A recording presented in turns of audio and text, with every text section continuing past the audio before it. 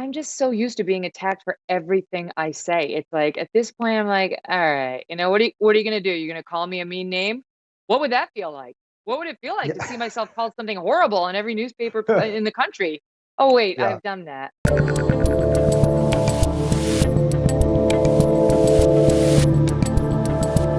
I'm Dave Rubin, and this is the Rubin Report. As always, guys, make sure you're subscribed to our channel and resubscribe when YouTube unsubscribes you.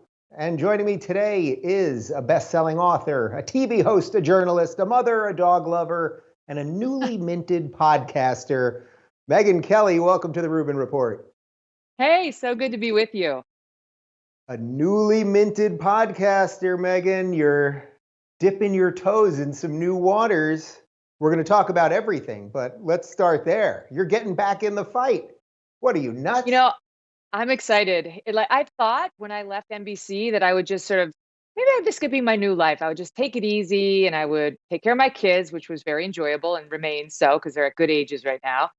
And, maybe I'd be like a lady of leisure, see how that went. And then I tuned out from the news, which was helpful. And then, bit by bit, it started to pull me back in. And I started to read more and more and more. And all hell broke loose in our country. And like the culture wars really just make my head spin. And the one thing that really made me want to get off the couch over the time that I had off was the movie No Safe Spaces. And I was glued to my chair watching it. And I cried. Wow. And I thought, I have to get back out there. There aren't enough people who are saying the things that need to be said. There's too many people who are being silenced just for having a dissenting voice, a reasonable but dissenting voice. And if you have the opportunity to get to a microphone and have those discussions, you better do it. So here I am. So since I was in No Safe Spaces, can I fully credit myself for bringing Megyn Kelly back into the fight? Is that Yes. fair? You and Adam and Dennis and Ben and Mark Joseph, the producer, who I came to know over the years. And he's so unsung as an amazing filmmaker. He's doing in Hollywood what nobody else is doing, which is trying to shed a light on some conservative causes, some just even center or center right issues.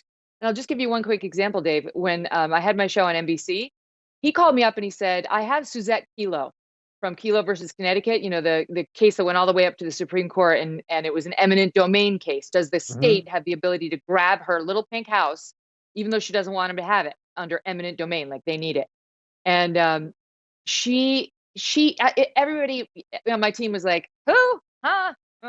Right? They weren't into it. And I was like, I want her. So we put her on, and Mark was the connection. It was the highest rated segment we had the entire time on NBC by far. Wow. It was like, that guy is tapping into something. Americans want more stories about the little guy. They don't live and breathe Hollywood celebrities.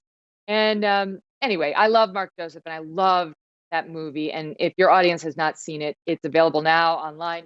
It is so worth your 2 hours.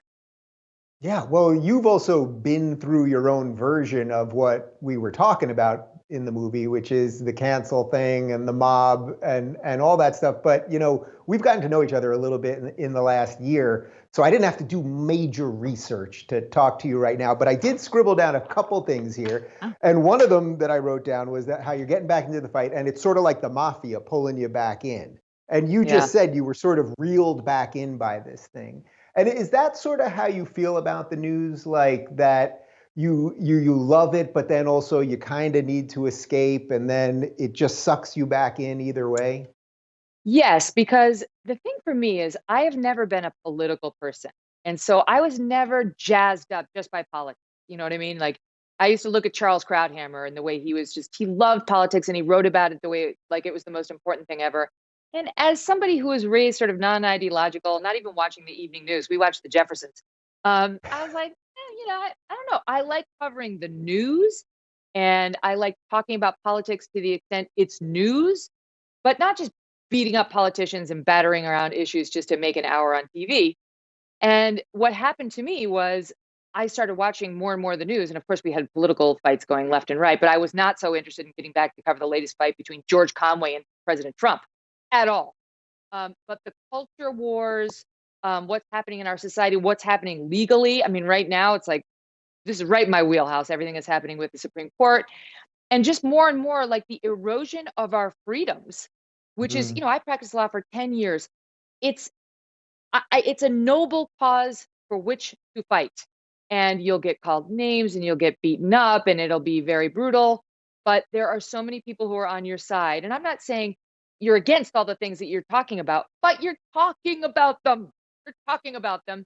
I feel like that's what inspired me to get back out here. Let's talk about the Jeffersons. Yeah. George Wheezy. George would Wheezy. probably George would probably be a Republican, right? Like he was a Probably. successful business owner, moved on up to the East Side. He'd probably be a Republican. You're probably right. He did build that. Although I don't know, Marla He Gibbs, did. the maid, she was my favorite. I'm not sure. She'd probably give him a hard time for it. Oh, she would. That was Florence. She would definitely give him a hard Lauren. time. It was amazing. Speaking of New York City, you are actually in New York City right now. What Yeah. the hell is going on in New York City right now? Oh my God. It's like, to me, it's sad because I've lived here. I mean, off and on, I've lived here for 15, 17 years. And we moved to the Upper West Side because it had become a neighborhood. It had become a safe place where you could raise your kids and you could stroll down the sidewalks and with good schools and, cute little bodegas where you could just go and get a bagel, whatever. And in like a year, our mayor ruined it. I mean, you really have to tip your hat to him because it's not easy to wreck New York, but he did it. And I mean, we're going to come back. I don't believe for 1 second that New Yorkers are going to lie down and stay lying down. But boy, this mayor's given us quite a fight because the city's totally different than it was just before I left for quarantine. I mean, it's depressing. It looks like 1970s New York, where I came all the time because my Nana lived here. It's like, it's not even just, there's obviously a massive homeless problem on the Upper West Side in particular, where I live, because he filled 3 hotels up here with homeless people Yeah. without any plan. 1/3 of them were convicted pedophiles. And it's like, well, maybe we could have used a heads up on that, a plan on, how to deal with it. No, he didn't. It's like walking down the street and just hearing so much profanity, which I like a good swear just as much as anybody else, but I try not to drop them in front of my kids, in front of my 7-year-old. But vulgarities too, Dave. It's just like, I'm going to take the F in this and I'm going to do this to you, somebody in the cell phone talk. It's like, I'm so sad about it. I feel loss. Yeah, I used to live on the Upper West, and when I've gone back over the last couple of years, every time I go back, I'm like, it's a little worse than last time, a little worse than last time. And now I haven't been back since lockdown, but I told you, my sister and her husband and kids, they got out of there, and it's like, what kind of future does the city have? Do you think people make the connection between what's happening like on the ground there and the fact that de Blasio's policies are actually what yes. cause it? Yeah, you think they do? 100%. He has such a low approval rate here in Manhattan. It's under 25%, I think, according to the latest poll I saw. The Democrats have turned on him. The Republicans have never been a fan. I remember having him on my show on Fox when he was running, and he was like last in the polls. This is back when Anthony Weiner was supposed to win that mayoral race. Don't get me started. And I remember saying, city advocate, what the hell is that? Nobody ever heard of you. You have no chance. And he was like, I got a chance. I could do it. Like, what do you do as city advocate? I still don't understand. But I do know now he and his wife are talking about, layoffs and furloughs, and yet his wife still has her $140,000 a year speechwriter. She's got her videographer following her around while the trash bins are overflowing on the streets of New York. The restaurant owners are suffering. These mom and pop shops, which are already suffering under him, have now gone out of business with no hope of coming back. So, I hope she gives a really good speech because we're all paying for it. Yeah, exactly. So you mentioned that the culture war is partly what's bringing you back. And I remember watching you on Fox, years ago. And what I liked about you was that, well, you just, first off, some people just know how to talk to the camera. Like you just know how to do it. First off, was that just always very natural to you that you could just be yourself just like that? No, I would not say that. I mean, if you go back and look at some of my earliest hits on Fox, and I was on ABC local in DC prior to that, they're very stilted. They're pretty stilted. very right. And I always say about television, it's like typing. The more you do, the better you get, the smoother you get. But you cannot get to 70 words a minute without doing 20, 30, 40.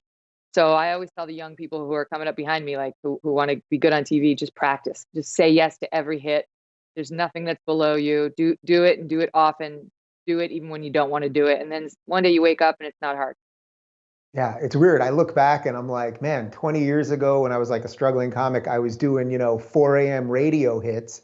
And it was like, I was like willing to absolutely do anything. And I look back and I'm like, why was I doing that? But I guess maybe it worked at some level, right? Yeah, it's chips in the bank. And honestly, even just the exercise of getting on your feet, like comics have that experience, which is so helpful. And I, as a lawyer, had that as well, which was helpful. But like, you got to keep doing it. That's a muscle that needs exercise. Like getting up there, making your point. I used to practice on a little phone, like I'm looking into right now. And I would pretend to do a television hit, like there was a fire down on 54th today. It was just made up news, fake news. And my rule for myself was I couldn't stop. So no matter what, if I stumble, I have to do 60 seconds on the fake fire. And it was very helpful because usually you can stop and you can have a redo. And as you know, on live television, you cannot. All right, let's see how seasoned you are right now. Give me 60 seconds on that fake fire. I think it's on 62nd at West End. On 62nd and West End, it came to a halt today as fire trucks came to the scene within 2 minutes of the first 911 call. The blaze turned into a 4-alarm fire, putting lives at risk. Yet the FDNY did what it always does, saved lives and protected the community. More as we get it. Back to you. Oh my God, a true professional. You haven't lost it. You haven't lost it. Thank you. I remember watching you on Fox, and it was like you had that thing with the camera. But also, I think what you said before is right. Like, you didn't strike me as someone that was consumed by the political thing. And yet now it seems like everyone, not just people in the world that we're in, everyone everywhere, sports world, fashion world, doesn't matter what world. You could be a shoe shiner, you could be selling, you could be working at Petco. It doesn't matter what it is. Everything is freaking political right now. Mm-hmm. I know you kind of see that as much of a danger as I do, right? Yeah, it's my worst nightmare. Yeah. It's my worst nightmare because what I love, and one of the reasons I love practicing law, was debating issues. I like to be persuaded. I'd love to be told that I'm wrong and then be brought over to the other side. I know you do too. Because I'm open-minded to being wrong. I always say I'm a learn-it-all, not a know-it-all. And now it's just, I listen to some hard partisans, I listen to certain podcasts and so on, and it's interesting. And it's sort of like a tickler, like this is what it's like on this side. But I always end up thinking, I just don't want to be that person. I'm just not at heart this hard partisan person. I wouldn't describe myself as a moderate though, because I have strong points of view. What I believe, I really believe, and I feel strongly about, so I'm not kind of wishy-washy, but I also feel no loyalty to either side. I'm certainly not a loyal Democrat. I've been a registered Republican, but I'm a registered independent now. I've been a registered Democrat too, by the way. And I look at these parties and I'm like, yeah, you don't represent me, but I'll take what I believe in from both sides. Yeah. And yet everyone seems to have to make a political statement about everything constantly. So if you had to describe your political beliefs right now, like what is that? What are they? I mean, I would say I'm center right on a lot of issues. I'm center left on some other issues. I took a test online that says like, what are you? Mm-hmm. And when like it said I was a conservative Republican, and I was like, oh, and then I had Doug, my husband, take it, and it said he's a conservative Republican, and we're both independents who have voted for Democrats and Republicans, like throughout our lives. So I just think like the country's moving so far left to some extent, like the things that used to be center left or even center are now right, established right.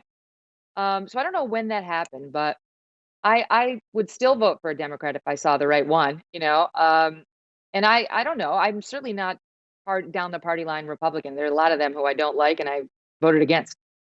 Yeah. So what was it like for you to sort of be someone that was supposed to be talking about the news, but also for a lot of the time you were kind of making news. I mean, everyone knows the what happened with Trump and the debate, but that you sort of got sucked into news too. And in the movie, there's a line where Nicole Kidman, as you basically says that No, you didn't Charlize want. Theron. Sorry, Charlize Theron, where she says, that you basically saying, you didn't want to be making the news. I assume that's pretty I didn't want to much be the how you story. feel. Yeah. Yeah, I said I'm not going to be the story, and I don't want to be the story, and I was the story after that debate, and then I hated it, and I have hated being the story every time it's happened. I see the journalists as on the sidelines, not as players on the field, and Trump to some extent grabbed me and put me on the field, and the Roger Ailes thing did too, and then just I don't know. Once you get well known, the sleazy media takes a big interest in you and starts following you around, and they're not all bad. Some guys are good. There was actually a sweet guy right after I left NBC. All these paparazzi were outside of my apartment, and I couldn't like leave without getting.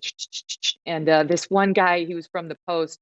He got his shot. He's like, and then he goes, "This is such bullshit, Megyn. You can't say anything anymore." So like, there are real people out there. They're not all bad, but I don't like being the topic of the news. I have asked myself many times why that keeps happening. And I think people aren't used to seeing like somebody they can't figure out, somebody who's sort of unapologetically strong, Hmm. especially a woman. We're out there, but like it's not that common. And a woman who doesn't mind fighting, right? Like it's like what's she doing? But that I'm pugilistic by nature, and I think it may be exciting, it may be upsetting, it may be alienating, but for whatever reason, it's attracted news. Yeah, it's funny to me because as you're getting back into the fray, like it's so obvious there's going to be a moment like within a couple months where something's going to happen, like you're going to say something or one of your guests is going to say something, and you're going to be like, "Oh, why did I get back in?" But then an hour later you'll be like, "This is exactly why I got back in." Like that's just the I don't know. negotiation. I don't think that's going to happen to me. I mean, I do think they're going to come after me, knives Yeah. out, but I'm just so used to being attacked for everything I say. It's like at this point, I'm like, all right, what are you going to do? You're going to call me a mean name? What would that feel like? What would it feel like to see Yeah. myself called something horrible in every newspaper in the country? Oh, wait, Yeah. I've done that. In a way, it's sort of empowering because it's like they took their best shot. I'm here. I'm well. I'm happy. I'm about to launch something that I'm really into. And for once, Dave, like they can't get rid of me. They can't get rid of me. Like even if every sponsor I have is like, we're out, then I'll do subscription. The relationship will be between me and my audience, and they can't stop it, whether they want to or not. They can't stop it. I will have my say. I will have these discussions with interesting, provocative people who go against the grain. And if the audience is there, I will remain on the air. You're speaking my language, sister. I may be I able to know. retire. I may be able to retire early now that you're getting back in. What do you mean? We're going to go off to the sunset together in the digital sunset. The digital sunset. There you go. All right, so let's talk a little bit about just like generally what's going on in the world right now. The racism stuff, the riots, the protests. We'll get to COVID in a sec. What do you make about what is happening here? It seems to me that we're just sort of watching the entire fabric that we've had here for 200, almost 50 years, basically unravel. That just sort of this idea that this whole thing was founded on racism, and that's the driving force behind everything. It strikes me as so dangerous, and yet it's so sort of accepted, which is kind of what you were saying before about that the left seems to have taken so much control of this stuff. What do you make of what's happening right now with race and the conversation? Well, I think it's very frustrating for people like me, like you, who would like to be allies to people of color, to Black people, anybody who feels ostracized and suffers from racism. And yet there's no way in without somehow completely embracing the insane messaging from a group like Black Lives Matter. I think most normal people believe there is racism in the country, but that we are not a racist country. And they don't believe we were founded on racism. And even the New York Times with its 1619 project is slowly withdrawing all those claims from its piece without highlighting the withdrawal. They're just like, oh, never, that stuff we said about being founded on racism and the whole point about keeping slavery, never mind, eraser, which is so dishonest. That's literally happened. Yeah, literally happened. For a news organization not to call attention to the deletion, that's a massive deletion, and it caused a lot of controversy. And they're just slowly taking it down. It's not true. The country wasn't founded to hold on to slavery, and it isn't a racist country. It did used to be. Back in slavery, Jim Crow, we had massive problems. But the thing that bothers me about what's happened over the past few months is it's based on a lie. It is based on a lie. Not the George Floyd case. That was disturbing. And that case will play out appropriately in the court. But the lie that police are systemically and as a group hunting Black people. It isn't true. And even, I think that was the term LeBron James used, something about how a Black person or Black man can't even go outside where they're getting hunted. Wrong. And the data are there, and the people who cite the data get just so maligned. But if you look, like here in New York in the 1970s, the murders per year, the shootings per year were in the 400 plus. A couple of years ago, they were down to like 36, right? So it's like the behavior is going in the right direction. There are some bad apples. We all know that. In any profession there are, right? Certainly in our profession. But if you look at the actual data of the number of Black unarmed men, because it's always men, who get killed by police, compared to their number of interactions with police, their crime rate, it's not disproportionate, right? Because the studies will show, and Jason Riley of the Wall Street Journal, who is Black, has been doing a great job covering this, that over 50% of the violent crimes are committed by Black men. And that is why they have a higher interaction rate with police in part. And therefore the stakes go up, right? The stakes go up because given the history between them, it's fraught for a negative encounter and then for potentially something deadly to happen. I'm not saying it's good. I'm just saying you can't attribute it to racism without factoring in crime rates. Yeah. So do you think that the Democrats have sort of gone too deep on this kind of stuff? This is where, for someone like me that used to be I was a lefty, I was a Democrat, the whole thing, where it's like every message that now pretty much comes out of the left is, this is a racist nation. This is racism, racism, racism. And then the average person, if you cite any of those studies, or if you read any book by Thomas Sowell or listen to any talk by Larry Elder, they'll somehow tell you that, they'll actually call those guys sellouts or Uncle Toms or something else. But then even the fact that you've cited them, they'll use as proof of your racism because you found a Black person that agrees with you. And it's almost like there's just nothing left to talk about. It's very depressing, actually. I mean, I think for, me and you, like, I don't really care. Like, it's fine. You can call me whatever you want to call me. I'm going to say what's true. I am going to say the facts. And if you don't like the facts, you don't have to listen to me. Great. You can go, you want to write up what I said, good, bad, or ugly? Go for it. That's just more exposure of my worldview. But you don't have to listen. I think that it's more problematic for, the civilians, if you will, right? People who don't engage in punditry for a living because they're scared. They've genuine, and I would say like the most disturbing part about the end of my time at NBC was the message it sent to, the folks on the street, which is you say one quote wrong thing, you're dead. You're dead. And that is just not the country most of us want to live in. It really upsets me when I see what's happening with teenagers, like these teenagers who are getting their lives ruined because they say and do stupid stuff, just like we all said and did stupid stuff. And no more. In today's day and age, you're done. Yeah. So I don't want to rehash all the past stuff in NBC and all that, but I did see recently when Kim Klacik, who's running for representative for, I think it's District 7 in Baltimore, she was on The View. She got into it with the ladies and a little bit of a cat fight started. And she basically said, well, Joy, talking to Joy Behar, you've been in blackface. And you had a pretty clever tweet about the sort of double standard on this stuff, that sort of if you're Yeah. a lefty liberal, you can kind of get away with not only being in blackface, but also pretending that the whole black community, as Joy said, sort of supports her, where it was a little different for you. Well, I think what Joy was arguing was that she was never in blackface because she intended her blackface Halloween costume to be an homage to Black Homage. women. That's what she said. It Yes. was an homage. And, it's funny because I remember people saying very clearly when I tried to discuss this issue about whether there could ever be an instance where you were trying to honor someone, where it might be acceptable, and all hell broke loose.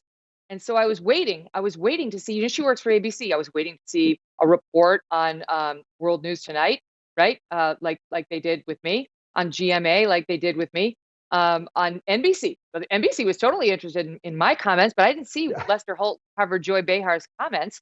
And yet the whole world gave a very strong message that you may never, homage, no, intent is not relevant. It's not. And even just last week, Chris Rock was saying intent is relevant in talking about why he forgave Jimmy Kimmel or Jimmy Fallon for Mhm. playing him with blackface on. So anyway, of course there's a double standard. It's like you got to live with it. You can't just like boo hoo, but it's kind of fun to call attention to it because they just can't get out of it. You know what I mean? The left is like, the media is so dishonest. And I really make no distinction between the left and the media. They're, other than Fox and sort of declared conservative media, there are no conservative outlets or even center or independent outlets. They're all left. So that's actually kind of where I wanted to go next. So what do you make of just generally like the state of journalism? Well, first off, do you consider cable pundits and all of the faces, and even, what I do and the other people that are doing this on YouTube and everywhere else, like, do you consider all of us journalists? Like, I don't consider myself a journalist. I'm telling people what I think, I'm interviewing people, but I'm not out in the field, collecting information and reporting on it. I can read a story and process it and tell people what I think. But I think a lot of people think that Don Lemon is a journalist. Like, I don't consider him or Chris Cuomo a journalist, or even Tucker I don't consider a journalist. Do Well, you think that I even mean, matters, like what we're calling them? I think it matters. I think there's still a distinction between journalists and pundits and, opinion journalists. That's another sort of category. I think the problem with somebody like Lemon or Cuomo is they're not honest about it. They actually think they're straight news journalists. So I'm told is Rachel Maddow. She thinks she's a straight news journalist. And I've got no beef with Rachel Maddow. It's fine. She can say what she wants every night, but let's not pretend it's fact that it's Mm, journalistically sound. It's not. And you need look no further than her coverage of Russiagate for proof of that. yeah. I think it's amazing that they'll put those guys on CNN out there at a presidential debate as moderators, trying to pawn them off to the audience as straight news guys. That they are not straight news journalists. They're not. And even like Fox would never use Tucker for a presidential debate. But Tucker, he is a journalist. He's got a background in journalism, but he's morphed over to the opinion side, right? Like, but his Mhm. his background is in journalism. But I think he's morphed over to the opinion side, and he doesn't make any, secret of that. Fox News would never have Sean Hannity sitting there anchoring a presidential debate, or at least they wouldn't have when I was there, because they Mhm. understood you got the journalists, like Harris Faulkner and Brett Baer, who do journalisming, and then you got the opinion, Journalism. journalisming, and then you got the Yeah. opinion folks who are great at what they do. Yeah. Do you think journalism can come back? I mean, you probably see me do it on Twitter all the time, but every time I have to write the word journalist or journalism, I have to put air quotes around it because it seems Mm. just so absolutely far gone. I don't have a lot of hopes for it. I got to be honest. I don't know Yeah. that it can. I think more and more we're moving into this land where there's no demilitarized. Let me try to say that again. There's no demilitarized zone. It's like they're forcing you to pick a side, and I don't think that. I'm not sure people really even want, you know, crazy sort of Uncle Walter. He wasn't crazy, but you know what I mean? Like the sort of let me tell you the news anymore. I Hmm. think they kind of want spin. They want a little bit of their worldview reflected. And I actually think that that's why some of the Fox News journalists do so well. Like if you watch Brett Baer's program, he understands who his audience is. It is not a newscast that reflects what you read in the New York Times, right? This is what I used to do on the Kelly File. So you understand who you're programming to, right? But then you discuss the news in a way that's truly fair and balanced. So it's not diminishing or dismissive of either side, the way it always is if you see anything discussed, especially cultural issues, on these other channels. Like, when was the last time you heard MSNBC discuss homeschooling in any way other than with disgust, or the Second Amendment, or religion in the public square? You know, they're disgusted by people who believe in those things, and it shows. So anyway, I don't have high hopes for it. I see us getting more and more partisan and retreating to those corners. Yeah, look at you on the Upper West, the liberal haven of the world, and you're willing to talk about those things. Gutsy. You know, I've been here for a long time. I used to when we first got to the Upper West Side, I said to my husband Doug, you know, do you think it's really as liberal as they say? And at that moment, this is back in 2006, I think, or whatever, 2000, around there. At that moment, there's a woman walking by with a T-shirt that reads "Kill Cheney first." Like, I think I have my answer. It's like it really is like a comedy routine. You walk down the block here, and it's like, would you support Greenpeace? Would you support Planned Parenthood? Would you sign this thing against Trump? Register to vote? You know, fascist? Whatever. It's like, take care. Thank you. Yeah. Bye now. It's so funny. I remember living up there, and I would go to Zabar's on Sundays to grab a bagel and lox, and outside, you know, they'd have those book guys outside just with the old books. And basically every book, it was when George W. Bush was president, every book was like, he's the devil, he's evil, he's evil. And I remember even thinking back then, even though I was really more in that line of thinking, I remember thinking something's not quite right up here. Oh my God, you go into our local bookstore, like it's a children's store, but it's got a lot of books.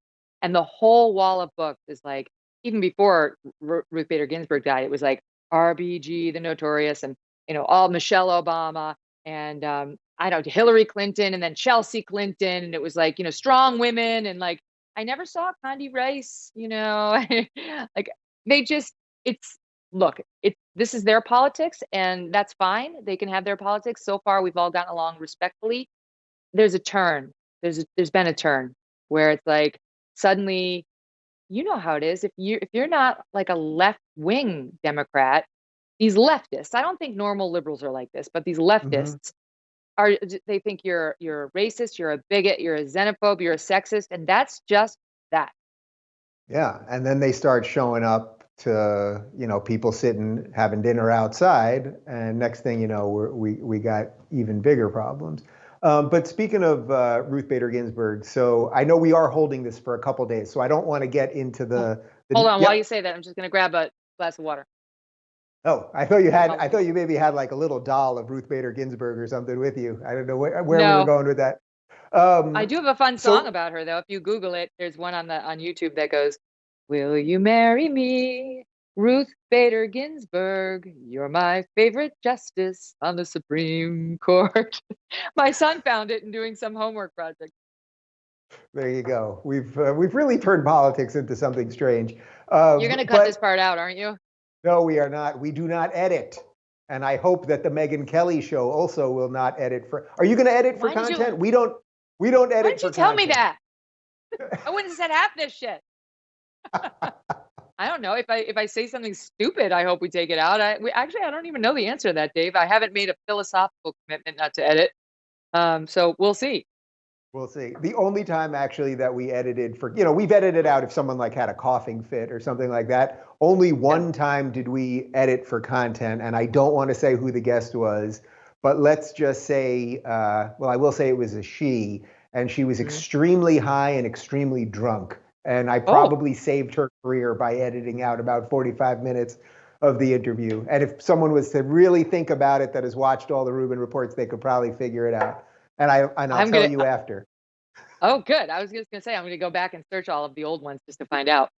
Yeah, but speaking of Ruth Bader Ginsburg and everything that's going on with the Supreme Court right now, you tweeted out something that I thought was just like you framed it so correctly, which is that you basically said, and you can clean it up for me, but in essence, you were saying like, look, everybody's sort of a hypocrite here, and you could sort of catch everybody saying the reverse when they're not in power. But this is just how politics works. It just sort of is. And I think that's what most people, I think, kind of see right now. It's like we can all look back on videos of Biden saying the reverse and Harris saying the reverse and McConnell saying the reverse. Like it's across the board. But Yep. then there's also just like the reality of politics. And if you've got the power, you're going to use it. These people doing jujitsu to try to say McConnell isn't changing anything, because what he said the one time, but not in all the other interviews, was that when it's divided government, when it's like a sitting Democrat in the White House and the Republicans, and then now the senators are coming out with like, well, here's all the numbers, here's the number of times that look, it's a reversal by the Republicans, Yeah. but cry me a river for the Democrats who are upset over it because they are the ones who started this judicial war. I've been following the court for a long time and practicing law for a long time too. And this started back when they borked Robert Bork. Prior to that, the standard was to confirm any reasonable jurist. You knew Republican presidents were going to pick conservative-leaning justices. Democratic ones were going to pick more liberal-leaning ones. And in the end, it balances out. Then Robert Bork came up and they said, no way, he's too conservative, he's not getting on. And that was the first time that changed. And then Miguel Estrada, who was a star lawyer who they wanted to elevate. The Republicans wanted him on the DC Circuit Court of Appeals. And the Democrats were quoted as saying they were afraid of him because he was this dynamic Hispanic rising star in the Republican Party. And they didn't want him because they knew he'd make the Supreme Court someday. And they held up his nomination, his confirmation hearings for 2 years to the point where the guy finally had to say, I withdraw. Like, I got to get on with my life, support my family. They started that. And that's why later Mitch McConnell started to slow roll Barack Obama's judges. That led to Harry Reid saying, I'm doing the nuclear option. Screw you. We're getting rid of the filibuster. The Republicans stood up and said, if you get rid of the filibuster on lower court judges, we're going to do the same to you on Supreme Court judges if we ever take power in the Senate again. Then the American electorate put the Republicans in charge of the Senate. And Mitch McConnell was true to his word. I mean, it ain't beanbag, right? And it's ugly. And it's going to get even uglier. I don't predict anything kind or good happening over the next 6 months when it comes to the Supreme Court. Yeah. Do you sense there's any way we can get out of this thing? I mean, putting aside whether it's just about Supreme Court, just like everything, that everyone feels so crazy all the time, that politics is everywhere all the time, that it seems like half the people want to burn it down and the other half, according to them, are all racists anyway. Like, do you see a path to getting out of it? Sadly, I think the only thing that would do it anytime soon is some sort of national tragedy, and I don't mean like COVID. I mean a war. Obviously, I'm not wishing for that. I'm just saying it takes something truly massive like that to bring the country together. And as tough as Corona has been, it too has been politicized. And it hasn't had the horrific shock value, in an instant, the way, say, a 9/11 did, or I'm sure Pearl Harbor did, where you're just like holding on to humanity and looking at your fellow human beings with a little bit more kindness. I don't know. I've often thought, okay, Trump is definitely such an unusual leader, right? And he's divisive, of course. But I don't think this goes away if Donald Trump loses this election. I think Trump was definitely a result of our increasing partisanship. And, the Republicans wanted and needed a fighter. And they're not really concerned that he doesn't speak the Queen's English and isn't necessarily, the perfect husband. And, he's had some moral failings, of course. So I don't think even if he's gone, whether it's Joe Biden or somebody else, even another Republican in the office, it gets better until we're reminded of what matters. Why do these people have so much time? And I can say this because I'm a woman, to focus on their gender, right? Like how they're being discriminated against as a woman. How, like, I know they'll say, because we are, we're victims. I don't believe that, because I have other women to talk to, and I have other Black men to talk to, and I have other trans friends to talk to who don't run around looking for ways in which they've been victimized all day, every day. They're strong, they lead their lives, they suffer some adversity like we all do from time to time. they forge forward, they take life lessons from it, they move on. Like the amount of navel gazing that goes on in figuring out what identity do I have that will allow me to embrace the victim ideology is a total waste of time. Yeah. Well, it's miserable. It won't get you anywhere. And look, even for you, it's not that being a woman in the news business is the easiest thing. I mean, yeah, Bombshell is sort of about that. But you pretty much just kept moving forward, and it basically worked. Well, I've never liked to think of myself as a victim. And I recognize that doesn't mean I've never been one, right? Like I I had a terrible stalker, a felonious stalker in my life who went to prison for a very long time after he stalked me. And I have been bullied by some very powerful figures, but I never call myself a victim. I always call myself a target, right? Like I was a target of that stalker and I was a target of certain people. And that's fine. I can get past that. Like eventually you're not a target anymore. And if the more like you get ensconced in that woe is me ideology, even if you deserve it, even if you do deserve empathy and you have been victimized, the worse it is for you. You know, it just leads to a constant cyclone of negativity, sadness, anger around you. And you've got to, as a gift to yourself, pull yourself out of that. I don't know. I don't care if it's cognitive behavioral therapy where you just got to think of a picture of your dog. Like do whatever you need to do to get yourself out of that. When you don't, it leads to bad things in your life. Your happiness level goes down, not up, right? If you just think of yourself as victimized all the time. So I don't understand why more people don't get that. I think people are sort of looking for a reason to feel victimized, to find their posse, you know, like to feel like they're bonded to other people in the same position. I think this is why women get mad at me when I won't say I'm a feminist. You know, they want me in the posse and they don't get my stiff arm on some of their favorite words. But I find the opposite worldview much more conducive to success. Yeah, your kids are pretty young, but do you sense that ideology leaking into their world, either through school or whatever messages they're getting or friend groups, whatever it is? Very much so. And Doug and I are really trying to counter program that. You know, it's like my son Yates went into school this past year, last year. One of his best friends is Black.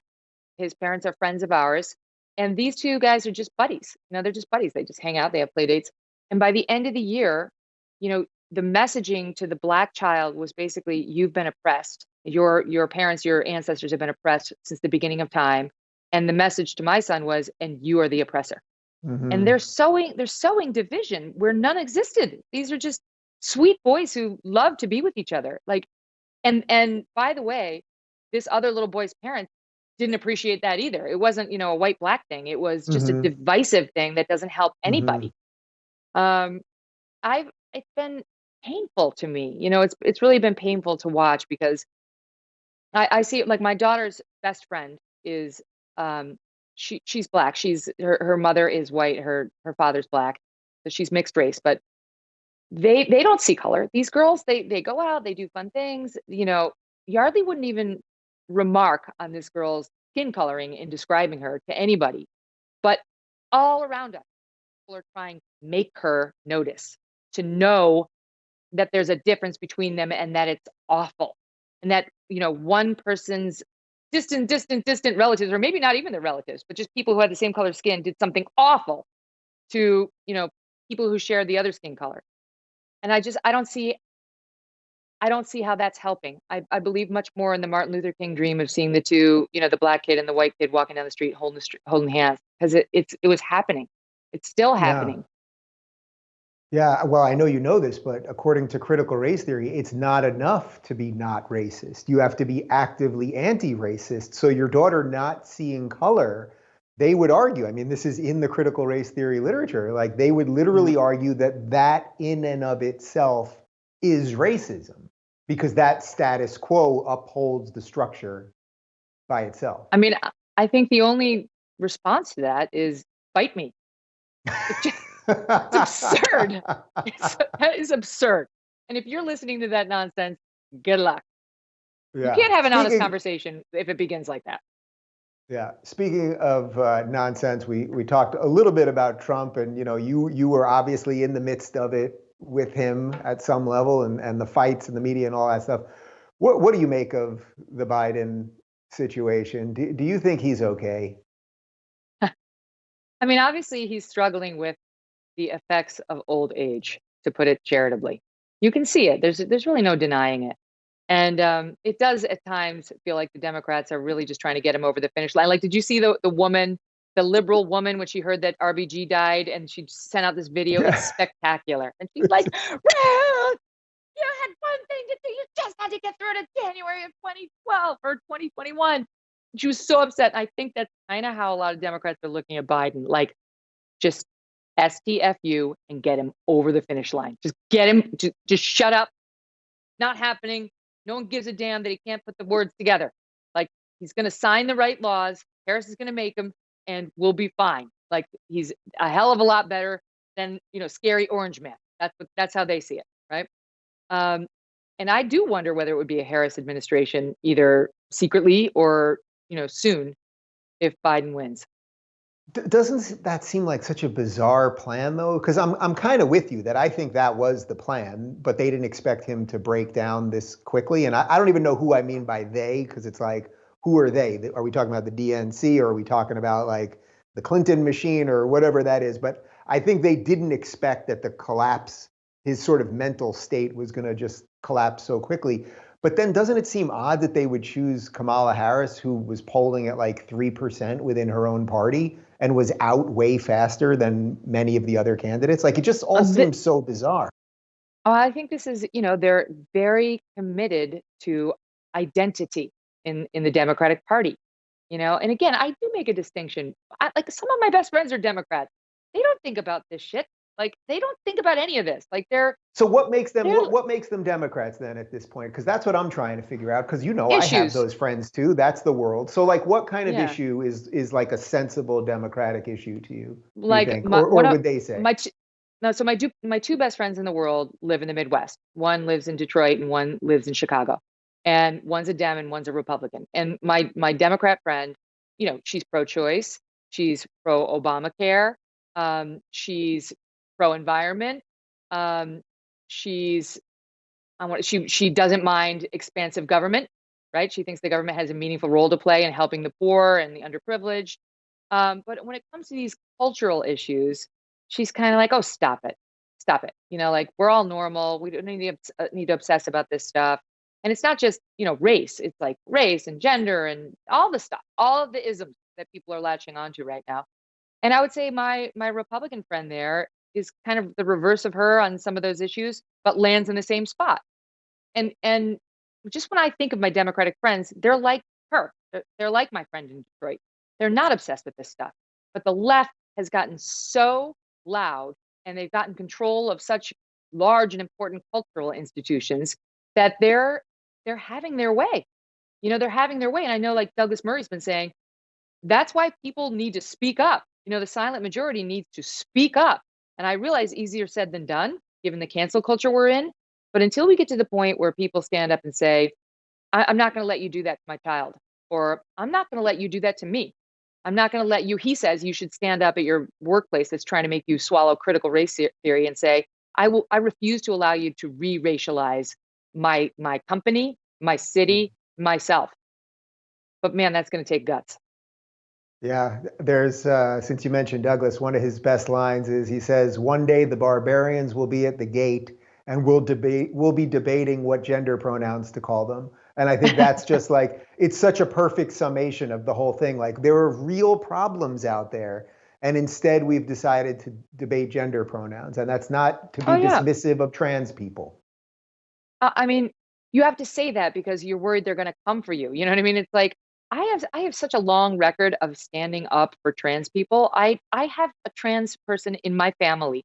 I got nothing against trans people, but the trans people I know, they're upset by the hard, vitriolic responses the trans community has when you don't want to change the spelling of women. They're like, what the?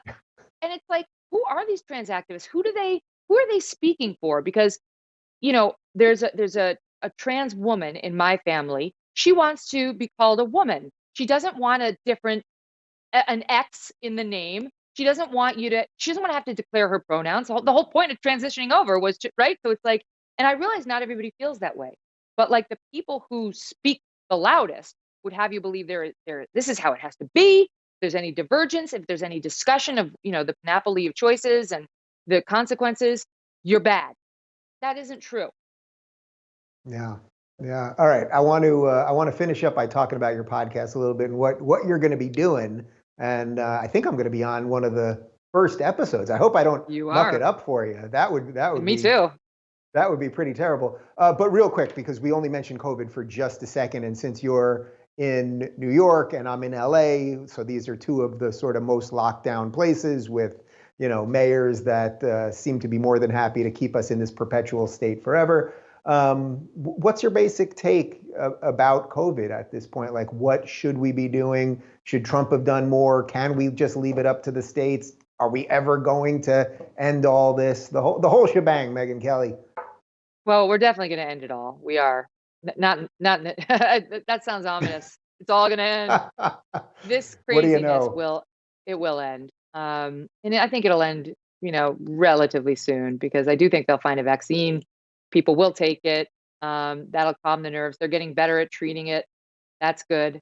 We're making progress. We have some of the best medical minds in the world in the United States, and they're all working on it, and outside the United States too. I'm torn on this because we've lost people we love to COVID, and I know it's real. It's real, and it can be brutal. But there's also an overreaction that's kicked in that's gotten kind of out of hand. And I look at my 7-year-old, who thankfully is in school, but all day with the mask. At recess, he has to run with the mask on, and I'll take it, and we'll do it because I'm grateful that the teachers are there, and this is the price we pay for getting into school. But I don't think it's necessary. I think that's too much. And I think, walking around New York City, you have to have a mask on the sidewalk. I don't think that's necessary. I think if you can socially distance on the sidewalk, you're fine. I think we have to find a way of going through the crisis instead of just trying to go around it. We're not going to permanently be able to go around it. And I just think the massive economic destruction that's happened has been downplayed or ignored or mocked in a way that's also really hurtful. I look at my favorite restaurateurs here who are really struggling, and we make donations, but it's teaspoons in the ocean. That's not going to do it. There's sort of a collective shoulder shrug. So I guess my overall take is, I wish we had found a way to protect the vulnerable, seniors, people who are immunocompromised, and to forge forward more robustly earlier on, so that we could have staved off some of the economic pain. I think the deaths, the numbers should be lower, but they were coming. Trump didn't invent this virus. They were coming. It's a thing. And unfortunately, it has its favorite targets, and those people need to be really careful, really careful. And some of them I love, have in my family. Anyway, so that's sort of a meandering answer, but it's a complicated issue. And I think people who are like, open back up, no mask, that's it. I think that's too extreme, right? But I think stay shut down, no restaurants, no schools, masks everywhere. That seems too hysterical to me. Yeah. What do you think about just like the social costs? Like, one of the things that I think about a lot is that the fact that we're all wearing masks. Like, if I go to the supermarket now, I'm usually in a baseball cap, sunglasses, and a mask. So in effect, you can't see any part of my face, which at some level, it's nice because sometimes people come up to me and that way I can be like totally anonymous, which is nice. But like, we sort of don't look at each other anymore. You know what I mean? Like, even if you don't have sunglasses on, this thing that you can't read someone's face. I noticed this a lot with cashiers, like, because I really do try to, it's one of the things that I really worked on in August when I was off the grid, of just like all my interactions being as like valuable as they could, even just with random people. But like, even cashiers, like, no one smiles. You don't see smiles anymore. And I'm worried that when you then add social media to it, how we're all on our computers all day and our phones, and then you take away like another part of the human element, that's like leading us to something else that's seriously dangerous. You've been off the Upper West Side for too long because no one smiles at you here in New York. I haven't noticed a single difference. If you're the one smiling at everybody, you're weird. You're weird. You're the weird guy. So it's been no problem at all. We're just sort of holding steady here. I don't know. I think the problem is much bigger than you just pointed on. I think, you hit on it a bit, which is the technology and how that's dividing us. And we've willingly signed on to those kinds of lies for too long. I am convinced that a backlash is coming, that the iPhone will be put down by millions of people because it's done a ton of damage, especially to our kids. And I think, the loss of the bowling league and the church groups and, sort of the clubs has been a real loss to America because it's a loss of connection and caring and, willingness to take care of one's neighbor when he falls. The mask, I don't know, it's temporary and I think people get over it. It's kind of annoying. My friend was saying she was upset because her son has acne and it's aggravating the acne. And all I could think back to was my high school years when I had bad acne and I would have loved a mask. You would. Like, oh, it's the safe thing to do. The grass is always greener. No, all right. Well, right. I think we got a sense of it, but what is the Megyn Kelly Show going to be about? You're doing this thing. You're doing 3 days a week. Is that right? Yeah, we're going to start with 3 and see how that goes. And it's going to start not with audio. We're just going to not with the video. We're going to start with only audio, which I think will be kind of fun. It's like I had the or the headphones on the other day, and it just felt kind of cool. It just feels pretty cool to be in charge. So I want to do what people like you are doing, Dave. I want to have open, honest conversations about tough issues and be fearless in doing it. I really do. And I think one good thing, for better or for worse, about being me is for whatever reason, they tend to write a lot of headlines about my news coverage. And that's good, right? That's good because I want people to come on the show and get headlines. I want people to start seeing that it's okay to talk about the difficult issues. And in fact, if you actually want any buy-in, you got to let the people weigh in and just do it fearlessly and relentlessly. That's what I want to do. All right. Well, we are going to put a link to the Megyn Kelly Show podcast right below. And Megyn Kelly, like a true broadcast professional, I'm going to let you sign off this episode of the Rubin Report. Take us home. This is Megyn Kelly reporting live on the Dave Rubin Show. See you next time.